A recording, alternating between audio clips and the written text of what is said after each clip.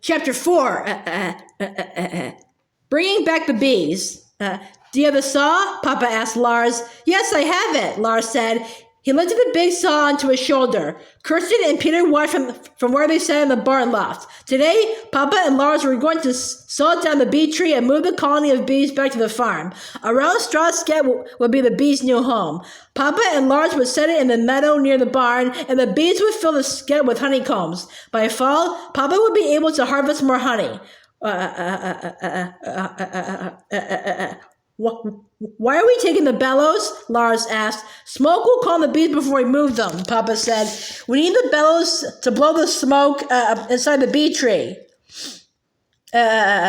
See, our torch wouldn't have worked anyway, Peter whispered to Kirsten. She didn't answer him. She had her chin in her hands and she was thinking. When she shut her eyes, she remembered the bear rushing at the tree where she and Peter hid. She didn't like to have these bad memories. I should go back to the clearing where the bear chased us, she said very softly. Peter sat on his heels and stared at her. Why do you want to go back? It was terrible to be chased. He put his hand on her forehead the way Mama did when they were sick. Do you have a fever? No, I don't have a fever, but I dreamed about bears last night, Kirsten said. I think if I don't go back to the woods today, I won't ever have the nerve to go again. Well, I'm not going, not even with Papa and Lars, Peter said firmly. When Papa picked up the bee veils, Kirsten climbed down the ladder. I can carry those for you, Papa, she said. You have to carry the skep. Papa raised his eyebrows. Are you asking to come with me and Lars? Kirsten nodded. She felt Papa was still angry at her because she hadn't seen him smile since he had found her and Peter in the tree yesterday. Could I come with you, please? Lars scratched his blonde head. Aren't you afraid of the bears, Kirsten? Lars was 15, and it seemed to Kirsten that he wasn't afraid of anything in the world. Yes, I'm afraid, she said. She could barely hear her own voice. But I think I'll be less afraid if I go back with you and Papa. Lars grinned at her, but Papa said sternly, Moving bees isn't play, Kirsten. I know, Papa, she said. If you come with us, will you do exactly as I tell you? Papa asked. I will. I'll do exactly as you tell me. Kirsten grabbed the bee veils. She glanced up at Peter, who sat at the top of the ladder with his arms around his knees. Could Peter come too? She asked Papa.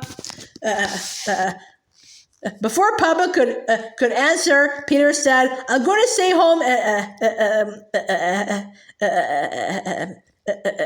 and look after Carol. Papa took the straw skep in his arms. Peter, tell your mother that Kirsten is going with me and Lars. Mama's not to worry. Kirsten will be safe with us. Peter slid down the ladder and ran to the house. Kirsten followed Papa and Lars back to the woods. At the clearing, Papa took Kirsten's hand and led her to a spot across the open space for the bee tree. He drew a mark in the ground with the toe of his boot. Stay right here, Kirsten. Don't come even a single step closer to the bee tree, Papa said. Kirsten stood right on the mark.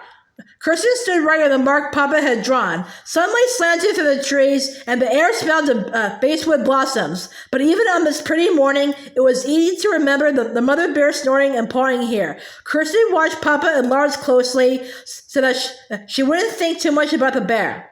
They put the veils over their hats and pulled them down to cover their faces. Then Papa started a fire by the bee tree. When the fire was going, Lars used the bellows to pump smoke inside the hole. Big puffs of black smoke disappeared into the hollow of the bee tree. At first, the bees buzzed more loudly, but then they were quieter, as though they might have fallen asleep. Now, Papa said to Lars, we'll saw the top of the tree. They each took an end of the saw and began to cut the dead tree just above the place where the bees lived. Soon the tree top crashed into the clearing. Kirsten looked over her shoulder. If any birds were near, that thud would scare them away. Quickly, Papa put the straw skep over the part of the tree that was still standing. He thumped the tree to move the bees up into the skep. When he thought that all the bees were inside, he lifted the skep onto a long board. Then he and Lars took the saw again. They cut a thick log from the stump. It was filled with combs of honey. They loaded the log full of honey onto the board too, and each picked up an end. Let's head for home, Papa said.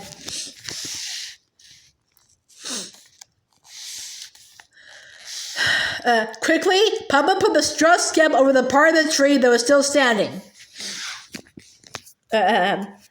As they left the clearing, Kirsten looked around one last time. She wasn't so frightened now. She knew there were bears in the forest and that they would always be here. But she knew, too, that she could be wise and careful. If she didn't bother them, the bears would stay away. She ran to catch up with Papa and Lars.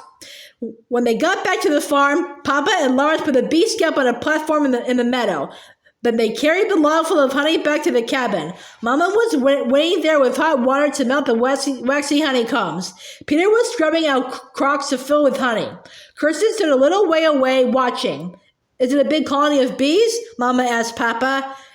It's a good big one, Papa said. It will make lots more honey. And look at all the honey in this log now. Even if we keep enough for cooking, there will be plenty to sell in town on Tuesday. Mama claps her hands in pleasure. Kirsten could see that Mama was happy. Still, that didn't make Kirsten feel as proud about the honey as she expected to be. And though she read Kirsten's mind, Mama turned to her. Why are you looking so sad, dear? Mama said. I thought I could get the honey for you, Kirsten blurted out. I thought I could do it myself. I wanted to help you get the things we need from Mr. Burkhoff's store, but instead of helping, suddenly she couldn't talk anymore. Her eyes burned with tears. She had nothing to be proud of after all. It had taken Papa and Lars to get the honey. All she'd done was put herself and Peter in danger, and Carol had been clawed. Tears dripped off her face onto her dress. Mama's arm went around Kirsten's shoulders. I'm proud of you for finding the bee tree. Papa and I know you wanted to help, and you did help. You found us good honey to use this summer, and enough to sell in town too. And since your papa brought the bees home, we can count on having more honey next fall. And because of you, Kirsten, Mama gave her a squeeze. Now we have work to do to get this honey ready to sell on the 4th of July. We're going to need your help again. Kirsten blinked at Mama through her tears. She wanted to be just like Mama when she grew up. You're a smart girl, Kirsten, Papa said. He wiped tears from her chin with his thumb. And you're certainly brave. Nothing seemed to scare you. You just had to remember to be brave and careful at the same time. Papa smiled, told her everything was all right.